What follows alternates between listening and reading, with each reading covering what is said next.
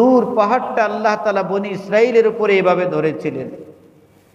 এখনই ছেড়ে দিব, তোমরা ওয়াদা করো, তোমরা কি আমি ব্যতীত অন্য কাউকে রব মানবে কিনা, আমি ব্যতীত অন্য কাহারও ইবাদত করবে কিনা। এভাবে আল্লাহ তাআলা বনি ইসরাইলদের কাছ থেকে ওয়াদা নিয়েছিলেন। তারা সবাই বলেছিল, আল্লাহ আপনাকে ব্যতীত আমরা কাউকে ইবাদত করব না, আপনি আমাদের রব, আপনি আমাদের পালনকর্তা। ধীরে ধীরে কালের আবর্তে এসে তখন তাদের মধ্যে পরিবর্তন হলো। বনি ইসরাইলদের মধ্যে এক শ্রেণীর মানুষ, তারা নবীদেরকে হত্যা করলো, রাসূলদেরকে হত্যা করলো, কারণ তাদের মনের বিরুদ্ধে নবীদের কথাগুলো চলে যায়। জোরে বলেন নাউযুবিল্লাহ। আল্লাহ বলতেছেন, দেখেন, লাকাদ আখাযনা মিসাক বনি ইসরাঈল ওয়া আরসালনা ইলাইহিম রুসুলা। আমি আল্লাহ তাআলা বনি ইসরাইলদের কাছ থেকে ওয়াদা নিয়েছিলাম এবং তাদের জন্য তাদের থেকে রাসূল পাঠিয়েছিলাম। ওয়াদা নিয়েছিলাম যে রাসূল তোমাদের কাছে আসবে, ওই রাসূলের কথাগুলো মানবে, রাসূলকে সত্য বলে বিশ্বাস করবে। কিন্তু তারা ওয়াদাকে বিপরীত করেছে, ভঙ্গ করেছে। কুল্লামা জাআহুম রাসূলুম বিমা লা তাহওয়া আনফুসুহুম, যখনই রাসূলগণ এসে তাদের মনের বিপরীত কোনো কথাবার্তা বলতো। মনের বিপরীত কি? অর্থাৎ তারা এক আল্লাহকে বিশ্বাস করত না, তারা তিন সত্তাতে, তিন প্রভুতে তারা বিশ্বাসী, তৃতীয়বাদে তারা বিশ্বাসী। যখন এর বিপরীত, যখন পয়গম্বর ঈসা আলাইহিস সালাতু ওয়াস সালাম, পয়গম্বর মূসা আলাইহিস সালাতু ওয়াস সালাম যখন ফেরাউনের আনা রব্বুকুমুল আ'লার বিপরীতে যখন বললেন লা ইলাহা ইল্লাল্লাহ, মূসা কালিমুল্লাহ, এ কথাকে বিশ্বাস করো, আল্লাহ ছাড়া কোনো মাবুদ নাই, আর আমি পয়গম্বর মূসা আল্লাহ পাকের প্রেরিত পয়গম্বর, তিনি আমাকে কালিমুল্লাহ উপাধিতে ভূষিত করেছেন, এটাকে তোমরা বিশ্বাস করো। পয়গম্বর ঈসা আলাইহিস সালাতু ওয়াস সালাম বললেন লা ইলাহা ইল্লাল্লাহ, ঈসা রূহুল্লাহ, বিশ্বাস করো আল্লাহ ছাড়া কোনো মাবুদ নাই, আমি ঈসা, আমাকে রূহুল্লাহ আল্লাহ তাআলা আখ্যায়িত করেছেন, কারণ আমার বাবা নাই। আমাকে আল্লাহ তাআলা বাবা ব্যতীত আমার মা হযরতে মারিয়ামের গর্ভের মধ্যে আল্লাহর হুকুমে আমাকে দান করেছেন, এজন্য আমার নাম রাখা হয়েছে রূহুল্লাহ। জোরে বলেন সুবহানাল্লাহ। তোমরা এগুলোকে বিশ্বাস করো, তবেই তোমরা ঈমানদার, জান্নাতে যেতে পারবে। কুল্লামা জাআহুম রাসূলুম বিমা লা তাহওয়া আনফুসুহুম, যখন রাসূলগণ এসে তাদের মনের বিপরীত যখন সাক্ষী প্রদান করতে শুরু করলেন, তাদের কাছ থেকে ওয়াদা নিতে শুরু করলেন, ফারীকান কাযযাবু ওয়া ফারীকান ইয়াকতুলুন, তাদের মধ্য থেকে একদল নবীদেরকে মিথ্যাবাদী আখ্যায়িত করতে শুরু করলো, তারাও কাফের হয়ে গিয়েছে। আরেক দল নবীদেরকে হত্যা করার জন্য তারা ষড়যন্ত্র করতে শুরু করলো। আল্লাহ তাআলা তাদেরকেও কাফের আখ্যায়িত করেছেন। সুতরাং যারা নবীদের এবং নবীর ওয়ারিসদের বিপরীত অবস্থান যখন অবলম্বন করে, আমার আল্লাহ বলেন তাদের ঈমান আর কচু পাতার পানির মধ্যে কোনো ব্যবধান থাকে না। তাদের ঈমান আর কচু পাতার পানির মধ্যে তেমন কোনো ব্যবধান থাকে না। কারণ উলামায়ে কেরাম ওয়ারাসাতুল আম্বিয়াগণ, তারা যখন কোরআনের কথাবার্তা বলবে, তখন আমি না বুঝলে বোঝার চেষ্টা করতে হবে। আমি সত্যকে সত্য হিসেবে বিবেচনা করব, মিথ্যাকে মিথ্যা বলে বিবেচনা করব। কিন্তু আমার পছন্দের বিপরীত যখন অবস্থান চলে যায়, আর আমি যদি তার প্রতি যদি আমার রাগ গুসা যদি চলে আসে, দেখুন এই আয়াতের সাথে আমার সাথে মিল আছে কিনা। ফারীকান কাযযাবু ওয়া ফারীকান ইয়াকতুলুন, একদল নবীদেরকে মিথ্যাবাদী বলতো, একদল আমাদেরকে বলে আর কোনো ওয়াজ নাই। এগুলো কোনো ওয়াজ নাকি? তার মানে আমার পছন্দ মতো হলে এটা কোরআনের কথা, আর পছন্দের বাহিরে হলে এটা রাজনীতির কথা। বিষয়টা এমন না? তাহলে এটা কেমন ঈমানদার আমি কেমন নামাজি হলাম? দেখুন আল্লাহ বলতেছেন, ওয়াহাসিবু আল্লা তাকুনা ফিতনাতুন, তারা কি মনে করতেছে এই যে নবীদের বিপরীত তারা অবস্থান করেছে?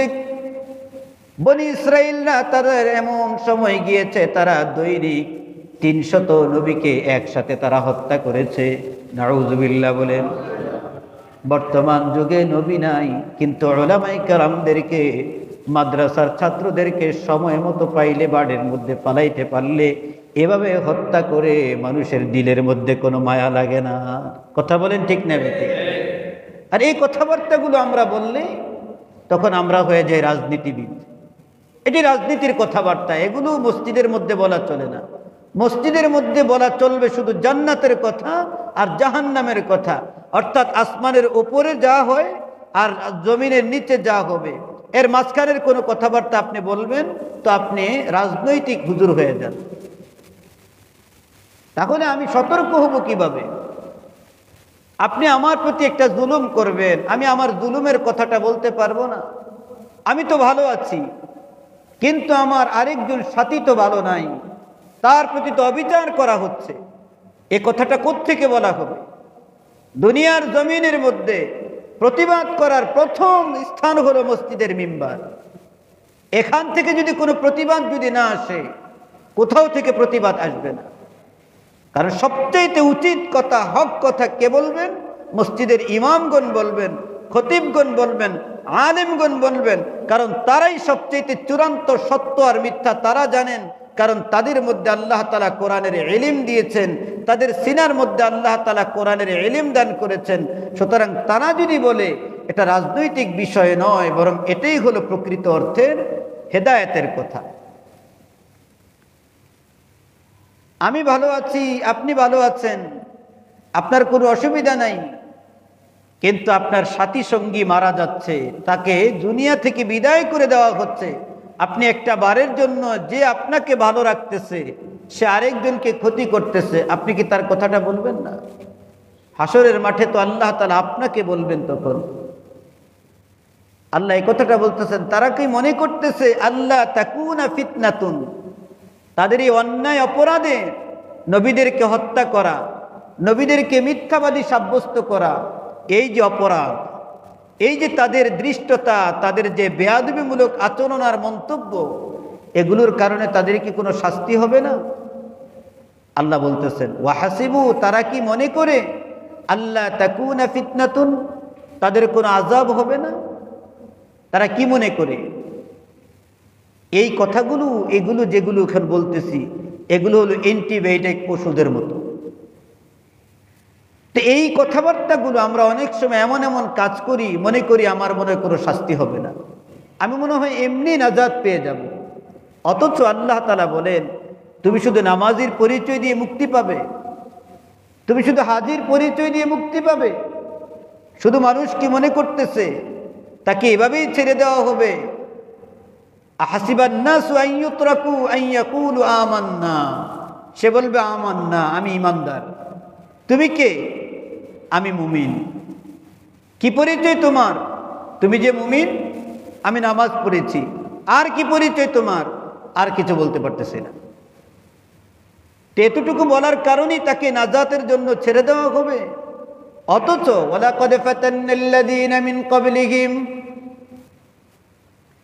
আল্লাহ পাক রব্বুল আলামিন বলেন, তাদের পূর্ববর্তী অনেক মুমিন সম্প্রদায় ছিল যারা বলেছে আমান্না, আমি আল্লাহ তাআলা তাদেরকে পরীক্ষা করেছি। ফালা ইয়ালামান্নাল্লাহুল্লাযীনা সাদাকু ওয়া লা ইয়ালামান্নাল কাযিবিন, আমি আল্লাহ তাআলা পরীক্ষা করেছি এই কথা জেনে নেওয়ার জন্য তার ঈমানের মধ্যে কে সত্যবাদী আর কে মিথ্যাবাদী। অর্থাৎ তার মনের বিরুদ্ধে যখন কোনো বক্তব্য আসে, তখন কি সে ঈমানের কথাকে প্রায়োরিটি দেয়, প্রাধান্য দেয় কিনা, তাহলে সে সত্যবাদী। আর যদি মনের কথাকে যদি প্রাধান্য যদি দেয়, সে ঈমানদার নয়, বরং ঈমানদারের নামে সে হলো মিথ্যাবাদী। কার কথা বলেন? আল্লাহ তাআলার কথা। আল্লাহ বলতেছেন তাদের এই কর্মের কারণে তারাও কি মনে করতেছে তাদের কোনো আযাব হবে না, কোনো শাস্তি হবে না, তাদেরকে জিজ্ঞাসা করা হবে না, এভাবে ছেড়ে দেওয়া হবে? আল্লাহ বলতেছেন না না, আমি আল্লাহ তাদের মধ্য থেকে কাউকে কাউকে সাথে সাথে ফাআমু, তাদের চক্ষু অন্ধ করে দিয়েছি। এমন সমাজে আছে না নাই? জোরে বলেন। আমাদের সমাজে এমন অনেক মানুষ আছে যার জিন্দেগির মধ্যে এমন বিপদ চলে এসেছে সে নিজে কল্পনাও করতে পারে না কোত্থেকে আসতেছে। মানুষের একটা জিনিসের কমতি আছে, আপনার উপর যখন কোনো বিপদ মুসিবত আসে তখন সুন্নত হলো, নিয়ম হলো, তরিকা হলো আগে দেখতে থাকা আমার উপরে এই মুসিবত কেন আসছে, আমার কি ভুল ছিল, এই ভুলটাকে আগে একটু নিজে তালাশ করে বের করার চেষ্টা করা। কিন্তু আজকে আমরা এটা কেহই আমরা এটা করি না। যেমন কথার কথা, সাপোজ দৃষ্টান্ত, আমার ছেলের বউ আমার সাথে ভালো আচরণ করে না, আমার ছেলে আমার সাথে ভালো আচরণ করে না, এক্ষেত্রে আমি একটা বারের জন্য চিন্তা করে দেখি না আমি আমার বাবার সাথে কতটুকু ভালো আচরণ করেছি, আমার স্ত্রী আমার মায়ের সাথে কি পরিমাণ ভালো আচরণ করেছে, এটা আমি একবারের জন্য চিন্তা করে দেখি না। আমি শুধু আফসোস করি আমি তো অনেক ভালো মানুষ, আমার উপরে কেন এই আযাব আসলো, এই ছেলে কেন আমার সাথে এমন করতেছে। এটার দুইটা কারণ, হয়তো আমি আমার বাবার সাথে খারাপ আচরণ করেছি, অথবা আমি আমার সন্তানকে সঠিক শিক্ষা দেই নাই, ভালো তরবিয়ত দেই নাই। এই দুই ভুলের কারণে সমাজের অধিকাংশ বাবারা তাদের সন্তানদের দ্বারা লাঞ্ছিত হয়, অপমানিত হয়। এটা দুইটার কারণ। হয়তো সে তার বাবার সাথে এরকম আচরণ করেছে, আল্লাহ পাক তার ছেলের মাধ্যমে তাকে সেই শাস্তি দুনিয়াতে দিচ্ছেন, আর এটা হলো সামান্য শাস্তি, আসল শাস্তি মরণের পরে আল্লাহ তাআলা দিবেন। অথবা উনি তার বাবার সেবা যত্ন ঠিক মতনই করেছেন, কিন্তু ছেলেকে সঠিক তরবিয়ত দেন নাই, সুশিক্ষায় শিক্ষিত বানান নাই, আদর্শ শিক্ষা দেন নাই, ভালো তরবিয়ত দেন নাই, আদব আখলাক শিষ্টাচার তিনি শিক্ষা দেন নাই। সব সময় ছেলেকে লাই দিতে দিতে মাথার উপরে তুলেছেন। এখন এই ছেলেই তখন বাবার সামনে বাবার সাথে বেয়াদবি করতেছে, বাবাকে কোনো কিছুর প্রাধান্য দেয় না, দাম দেয় না। আল্লাহ বলতেছেন আমি তাদের প্রথম শাস্তি দিলাম, তাদের চক্ষু অন্ধ করে দিয়েছি। কেন? তারা নবীদের সাথে বেয়াদবি করেছে। আমরা দেখেছি যুগে যুগে আলেমদের সাথে, ইলমের সাথে, দ্বীনের সাথে, দিনদার ব্যক্তিদের সাথে যারাই বেয়াদবি করে আল্লাহ তাআলা তাদেরকে কোনো না কোনো ক্ষেত্রে লাঞ্ছিত করে। অনেকে বুঝে, অনেকে বুঝে না। যারা বুঝে তারা তওবা করে আবার শুধরায় আনে, আখেরাতে বাইচা যায়।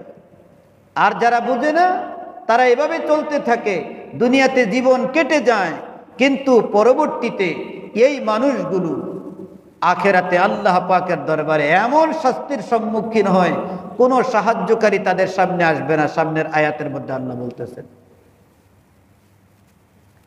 আমাদের কয়েকটা গ্রাম পরে 14 বছর এক মসজিদের ইমাম 14 বছর ইমামতি করেছে। আমি তাকে কখনোই দেখি নাই, শুধু তার প্রশংসা শুনেছি, লোকটা খুব ভালো, খুব ভালো, খুব ভালো। 14 বছর ইমামতি করার পরে 14 বছর পরে 3টা ছেলে ওনার নামে একটা মিথ্যা অপবাদ দিয়েছেন। উনি লাস্টে বিদায় হয়েছেন। মসজিদ থেকে যাওয়ার সময় তিনি, আমি আবার এও শুনেছি, যাবার বেলায় তিনি সবার সামনে সবার থেকে বিদায় নিয়েছেন, আর সাহসিকতার সাথে তিনি একথা বলে গেছেন, আমি অপরাধী ছিলাম না, আমাকে অপরাধী সাব্যস্ত করা হয়েছে, আল্লাহর কাছে আমি তার বিচার চাই, দুনিয়ার কারো কাছে তার বিচার চাই না, আল্লাহ যেন তার বিচার করে। এই কথাই নাকি উনি বলে গিয়েছেন। এই 3 ব্যক্তির মধ্য থেকে একজন কিছুদিন পরেই দুনিয়া থেকে বিদায় হয়ে গিয়েছে। আরেকজনের স্ত্রী অন্তঃসত্ত্বা ছিল, খুব সুন্দর ফুটফুটে সন্তান হয়েছে। ছেলেকে দেখে সবাই খুশি, পুরা গ্রামের মধ্যে নাকি মিষ্টি বিতরণ করেছে। 1 দিন 2 দিন 3 দিন তারা আর খেয়াল করে নাই বাচ্চার ব্যাপারে। দেখতেছে বাচ্চা শুধু কান্না করতেছে, কান্না করতেছে, তার পেট ফুলে যাচ্ছে। হঠাৎ করে দেখতেছে এই বাচ্চার সব কিছু সুন্দর, গোলাপের চাইতে আরো বেশি সুন্দর, কিন্তু তার পায়খানার রাস্তা আল্লাহ তাআলা তৈরি করে দেন নাই। তার পায়খানার রাস্তা নাই। এই পায়খানার রাস্তা এখন কি করবে? হসপিটালের মধ্যে নিয়ে গেছে, ডাক্তাররা পরীক্ষা নিরীক্ষা করে দেখলো এটা সৃষ্টিগতভাবে তৈরি হয় না, এটাকে স্বয়ংক্রিয়ভাবে 5 বছর পর্যন্ত চালাইতে হবে। তারপরে যদি বড় হওয়ার পরে নির্দিষ্ট পায়খানার রাস্তা দিয়ে যদি কোনো মেশিনের মাধ্যমে যদি তৈরি করা যায় তাহলে হবে, অন্যথায় হবে না। বলেন এটা কোনো মানুষের জিনিস? এটা কোনো মানুষ আবিষ্কার করতে পারে? আমরা যে পেশাব পায়খানা করি এটা এমন একটা জিনিস, এখানে স্বয়ংক্রিয়ভাবে আল্লাহ তাআলা এমন কিছু জিনিস তৈরি করেছেন, এটা আল্লাহ প্রদত্ত জিনিস। যখন মানুষের পেশাব যখন হয়, অনেক জোরে পেশাব হলো মানুষ সেটাকে কন্ট্রোল করে, আবার যখন এটা বয়স যখন বৃদ্ধি যখন হয় চাইলে তখন সেটা আর কন্ট্রোল করতে পারে না। মানুষের পায়খানার রাস্তার মধ্যে আল্লাহ তাআলা ডাক্তারদের কাছ থেকে শুনেছি যে আমাদের বেসিনের নিচে যে কল থাকে, কলের মধ্যে যে একটা পাইপ থাকে, এই পাইপটা যেমন টানলে লম্বা হয়, মানুষের পায়খানার রাস্তার মধ্যে আল্লাহ পাক এমন একটা জিনিস দিয়েছেন, এটা স্বয়ংক্রিয়ভাবে প্রয়োজন মতো এটা বড় হয়, আবার প্রয়োজন মতো এটা আস্তে করে ছোট হয়ে যায়। কে করেছেন এগুলো জোরে বলেন? এটা আমি আর আপনি কিভাবে তৈরি করব? আমি ওখানে পাইপ দিলে এটা তো শরীরের সাথে অ্যাডজাস্ট হবে না। আর ওই আলেম যিনি আল্লাহর কাছে বিচার দিয়ে উনি চলে গেলেন, ওনার মা নাই, ওনার বাবা আছে কিন্তু ঘরের মধ্যে সৎ মা, বড় জুলুমের শিকার হয়ে তিনি 14টা বছর ওখানে কাটাইছেন। অনেক বড় ভালো মানুষ ছিলেন। এই লোক ওখান থেকে আসার সাথে সাথে ঢাকা এক জায়গায় তার চাকরি হয়েছে। ওখানে থাকতেই তিনি ভিসা করেছিলেন, তিনি উমরা করতে যাবেন। চাকরি যেহেতু চলে গেছে, আগে তিনি উমরাতে যাবেন, কিন্তু চাকরি হয়ে গিয়েছে এখানে, তিনি এখানে জয়েন করে তারপরে তিনি উমরায় যাবেন। এখন জয়েন করতে যখন আসছেন, এসে সব কিছু বলার পরে এখান থেকে লোকেরা তাকে বলছেন যে আমরা সহ আপনার সাথে উমরা করতে যাব। ইজ্জত বাড়ায় কে? জোরে বলেন। আল্লাহ তাআলা সম্মানিত করে। ওখানে যাওয়ার পরে শোনা কথা এগুলো, যাদের কাছ থেকে তার সম্পর্কে শুনেছি তারাই বলেছে, ওখানে যাওয়ার পরে এক বাঙালি মসজিদের মধ্যে তিনি নাকি নামাজ পড়াইছেন, কথাবার্তা বলছেন। বলার পরে তখন তারা তার প্রতি এত সন্তুষ্ট হয়েছেন, তাকে বলছেন আপনি এখানে থাকলে আমরা আপনার জন্য সবকিছুর ব্যবস্থা করব। তিনি বলতেছেন যে না, আমার থাকা সম্ভব না, আমি নতুন মসজিদে চাকরি জয়েন করে আমি এখানে আসছি, আর আমার এমন কোনো টাকা পয়সাও নাই, আমি এখানে থাকার মতো আমার ভিসা প্রসেস করার মতো কোনো কিছু নাই। বলে আপনি যদি রাজি হন, আপনি দেশে চলে যাবেন, আপনার জন্য আমরা এখান থেকে সবকিছুর ব্যবস্থা করব। এখন এই লোক ওখান থেকে চলে আসছে, আসার পরে সে কমিটিদের সাথে আলাপ করছে, করার পরে তারাও রাজি, ওনারাও রাজি। ওখান থেকে তখন তারা ভিসার প্রসেস করে সব কিছু করে পাঠিয়েছে। ওখানে নাকি তার বেতন সবকিছু মিলে প্রায় 1 লাখ টাকার মতো এখন বেতন ওখানে। ইজ্জত দেয় কে? জোরে বলেন। আর লাঞ্ছিত করে কে? আল্লাহ তাআলা। এজন্য ওয়া তুইজ্জু মান তাশাউ ওয়া তুযিল্লু মান তাশাউ বিয়াদিকাল খায়র ইন্নাকা আলা কুল্লি শাইইন কাদির। এখানেও আল্লাহ তাআলা বলতেছেন, তারা কি মনে করতেছে আমাদের নবীদেরকে, আমার নবীদেরকে তারা তাচ্ছিল্য করতেছে, হে বনি ইসরাইলরা তোমাদেরকে আমি এভাবেই ছেড়ে দিব? না, সাথে সাথে তাদের একদলকে আল্লাহ তাআলা অন্ধ বানায়া দিলেন, আরেক দলকে আল্লাহ পাক রব্বুল আলামিন বধির বানায়া দিলেন। বধির শব্দের অর্থ হলো কান আছে কিন্তু কানে শোনে না। আরেক দলকে আল্লাহ তাআলা বোবা বানায়া দিলেন। বোবা শব্দের অর্থ হলো তার জবান আছে, জিহ্বা আছে, ঠোঁট আছে, সব কিছু আছে, খেতে পারে, কিন্তু আমি আর আপনি যেমনি ভাবে কথাবার্তা বলি এভাবে পরিষ্কার করে কাউকে নিজের মনের ভাবটা প্রকাশ করতে পারে না। একজন মানুষ যদি জন্ম থেকে অন্ধ যদি হয়, তার কাছে বিষয়টা অত কষ্টের মনে হবে না, যত কষ্টের মনে হবে এতদিন আমি দুনিয়ার আলো বাতাস দেখেছি, সব কিছু আমি উপলব্ধি করেছি, হঠাৎ করে আমি অন্ধ হয়ে গেলাম, আমার চক্ষু অন্ধ হয়ে গিয়েছে, চোখের আলো চলে গিয়েছে। এই মানুষটার জন্য যে পরিমাণ কষ্ট হবে, সে যে পরিমাণ কষ্টের মধ্যে পড়ে যাবে, ওই মানুষটা তত কষ্ট অনুভব করবে না যে মানুষ জন্ম থেকে অন্ধ। আল্লাহ তাআলা বলেন আমার ওয়ারিসদের সাথে, আমার নবীদের সাথে যারা বেয়াদবি করেছে তাদের প্রধান শাস্তি হলো আমি আল্লাহ তাআলা তাদের চোখের জুতি নিয়ে যাব। এই দুনিয়ার জমিনের আলো সে কোনোদিন আর দুই চোখ দিয়ে দেখতে পাবে না। জোরে বলেন নাউযুবিল্লাহ। আল্লাহ বুঝাতে চাচ্ছেন দুনিয়ার মানুষগুলো, সতর্ক হয়ে যাও, সতর্ক হয়ে যাও, আমি আল্লাহ পাক রব্বুল আলামিন এখনো বিদ্যমান আছি, কিয়ামত পর্যন্ত আমার ক্ষমতা বিরাজমান।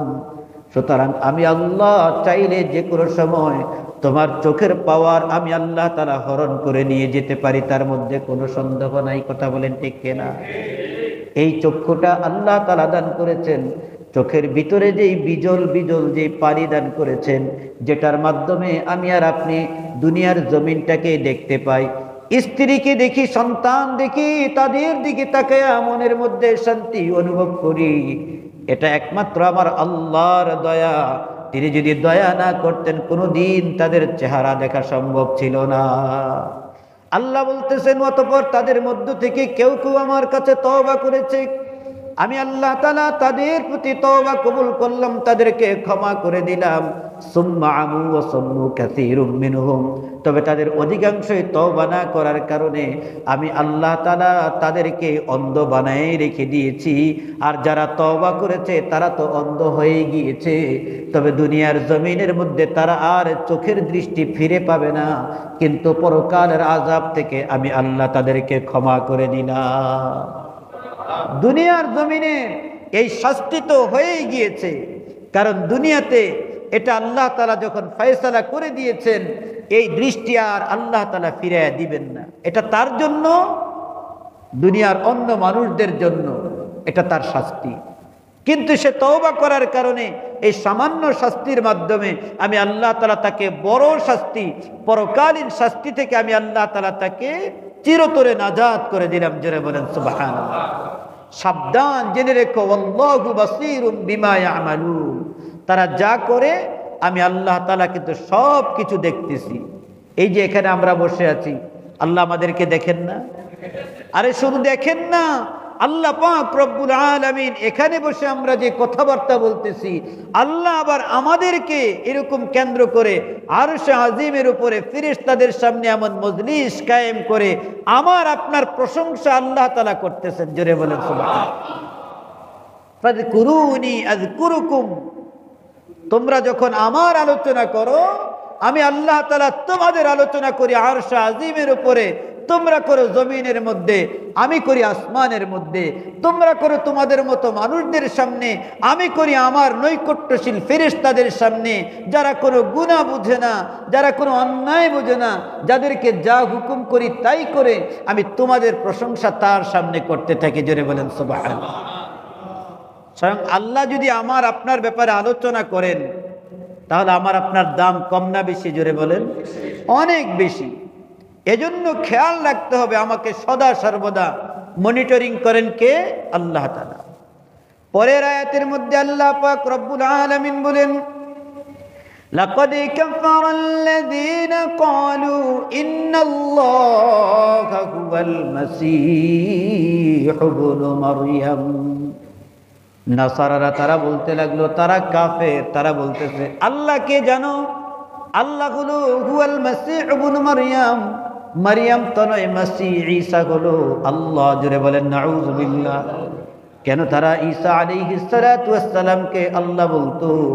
এর একটা কারণ ছিল, পয়গম্বর ঈসা আলাইহিস সালাতু ওয়াস সালামকে আল্লাহ পাক রব্বুল আলামিন মুজিজা দিয়েছিলেন।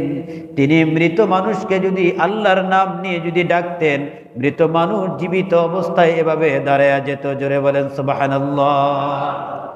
তিনি যদি জন্মন্ধকে যদি তার চোখের মধ্যে হাত বুলায় দিতেন, জন্মন্ধ মানুষ তিনি দৃষ্টি ফিরে পেতেন।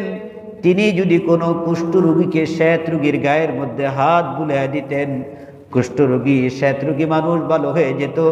এই জাতীয় অলৌকিক মুজিজাগুলো তারা দেখার কারণে তারা সবাই বলতে লাগলো, যেই ছেলেটার কোনো বাবা নাই, আবার এর মাধ্যমে এত অলৌকিক আজীব আজীব ঘটনা সংঘটিত হয়, এটা দুনিয়ার কোনো মানুষ না, সেই নিজেই হলো আল্লাহ। জোরে বলেন নাউযুবিল্লাহ। এই কথার প্রতিবাদে পয়গম্বর ঈসা আলাইহিস সালাতু ওয়াস সালাম তিনি নিজেই বলতেছেন ওয়াকালাল মাসীহ ইয়া বনি ইসরাঈল, হে বনি ইসরাঈলরা, আমি আল্লাহ না, আমি হলাম আল্লাহর গোলাম। উবুদুল্লাহ রাব্বি ওয়া রাব্বাকুম, তোমরা আমার রব একজন আছে, তোমাদের রব একজন আছে, তোমরা আমার রব এবং তোমার রবের ইবাদত করো।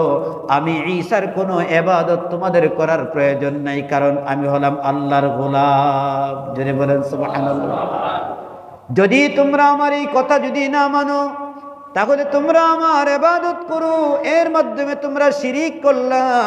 আর জেনে রাখো, ইন্নাহু মাইয়ুশরিক বিল্লাহ, যে ব্যক্তি আল্লাহর সাথে শিরিক করে, যে ব্যক্তি আল্লাহর সাথে নাফরমানি করে, ফাকাদ হারামাল্লাহু আলাইহিল জান্নাহ, আমার আল্লাহ তার জন্য মৃত্যুর পরের সুখময় ঠিকানা জান্নাতকে চিরদিনের জন্য হারাম করে দেন, নিষিদ্ধ করে দেন। জোরে বলেন নাউযুবিল্লাহ।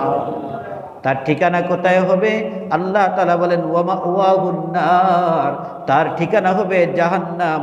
আর ওয়ামা লিয-যালিমিনা মিন আনসার, যে আল্লাহ তোমাকে চক্ষু দিল, যে আল্লাহ তোমাকে মেধা দিল, যে আল্লাহ তোমাকে বিবেক দিল, ওই মেধা দিয়ে তুমি আমি ঈসাকে আল্লাহ বানাইলা, অথচ আমি তোমাকে কিছুই দিতে পারি নাই। তুমি যদি এই বিবেচনাগুলো নিজে করতে না পারো, তুমি তোমার নিজের প্রতি জুলুম করেছো, তুমি হলে জালেম।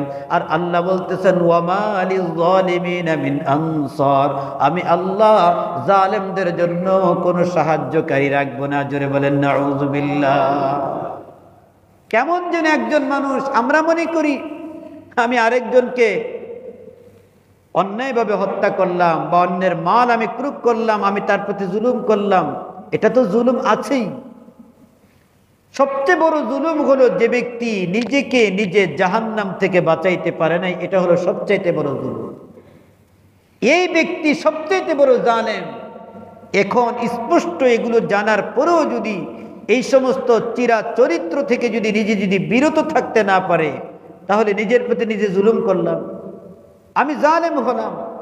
সবচেয়ে বড় জালেম আমি, যে কোরআনের এই কথাগুলো শোনার পরেও বোঝার পরেও আমার থেকে এই জাতীয় চরিত্রগুলো পরিবর্তন হয় না। আমার মন যেভাবে বলে আমি সেভাবেই চলতেছি, মন যা বলে তাই করতেছি, মন যেই সিদ্ধান্ত দেয় সেটাই মানতেছি। আর কোরআনটাকে আমি আমার পক্ষে নেওয়ার চেষ্টা করতেছি। আমি কোরআনকে আমার পক্ষে নেওয়ার চেষ্টা না করি, কোরআনের অনুযায়ী আমি কোরআনের পক্ষে থাকি, তাহলে অটোমেটিক কোরআন আমার পক্ষে কথা বলবে। কথা বলেন ঠিক কিনা? আমি কোরআনকে আমার পক্ষে নেব কিভাবে? কোরআন আমার পক্ষে আসবে, আমি কোরআনের পক্ষে থাকব, কোরআন এমনিতেই আমার সাথে থাকবে। কথা বলেন ঠিক কিনা? কিন্তু আমরা কোরআনকে আমাদের পক্ষে নেওয়ার চেষ্টা করি, অর্থাৎ কোরআনের যেটা আছে এটাকে ডানে বামে ঘুরাইয়া এটা আমার মতো করে হয় কিনা এটাকে আমি চেষ্টা করতেছি। এ কারণেই তো সুদ এটা ইন্টারেস্ট, সুদ এটা লভ্যাংশ। এটা হুজুরদের কাছ থেকে এসে বারবার, হুজুর কোন রাস্তা আছে কিনা একটা রাস্তা দেখায় দেন, কোনো ফাঁক ফুকুর বের করা যায় না, একটা দেখান না হুজুর। উদ্দেশ্য কি? আমি এই মাসআলাটা কোরআন অনুযায়ী আমার পক্ষে আনার চেষ্টা করতেছি। আল্লাহ নবী বলেছেন আল হালালু বাইয়িনুন ওয়াল হারামু বাইয়িনুন ওয়া বাইনাহুমা শুবহাত ওয়াত্তাকি আনিস শুবহাত। আল্লাহ তাআলা বলছেন এটা হালাল, বাস এটা হালাল, কোনো সন্দেহ নাই। আল্লাহ বলছেন এটা হারাম, বাস এটা হারাম, কোনো সন্দেহ নাই। আর এটার ব্যাপারে আল্লাহ বলেন নাই কিছুই, এটা হালাল নাকি হারাম, এর মাঝামাঝি এটা কিছুই বলেন নাই আল্লাহ তাআলা। নবীজি বলেন এটা হলো সন্দেহযুক্ত বস্তু। সুতরাং তুমি যদি তাকওয়া অবলম্বন করো, তুমি যদি মুত্তাকি যদি হও, তুমি এই সন্দেহযুক্ত বস্তু থেকে বিরত থাকো। দেখছেন কত বড় কথা। আর আমরা বলি এটা তো আল্লাহ কিছুই বলেন নাই, এটাকে আমি কোরআন অনুযায়ী আমার পক্ষে নেওয়ার চেষ্টা করতেছি। শুধু এটা নয়, যেটা হারাম স্পষ্ট, আহাল্লাল্লাহুল বাইআ ওয়া হাররামার রিবা, সুদকে আল্লাহ হারাম করেছেন, এটাকে কেমনে ঘুরাইয়া পেঁচায় আমার পক্ষে আনবো, আমি এই চেষ্টাটা করি। এটাকে বর্জন করতে হবে, নতুবা আল্লাহ তাআলা কাল কিয়ামতে রোজে মাহশরের মধ্যে, দুনিয়ার মধ্যে তো শাস্তি হচ্ছে আমরা বুঝি না, দুনিয়ার মধ্যে আমাদের শাস্তি কিন্তু হইতেছে আমরা বুঝি না, কিন্তু পরকালে যে বড় শাস্তি অপেক্ষা করতেছে, সেদিন সব কিছু স্পষ্ট হয়ে যাবে। এই কারণে তোমাকে এই শাস্তি দেওয়া হচ্ছে, কিন্তু তখন চিৎকার করলে কোনো কাজে আসবে না। এজন্য আমরা সবাই চেষ্টা করব আল্লাহ পাকের এই কালামের মজলিসগুলোর মধ্যে বসলে নিজের অনেক কথাবার্তাগুলো নিজের গায়ের মধ্যে লাগবে, বিঁধবে। এগুলো বিঁধলেও এগুলোকে আমাকে বর্জন করতে হবে। আল্লাহ তাআলা আমাদের সকলকে বোঝার তৌফিক দান করুন।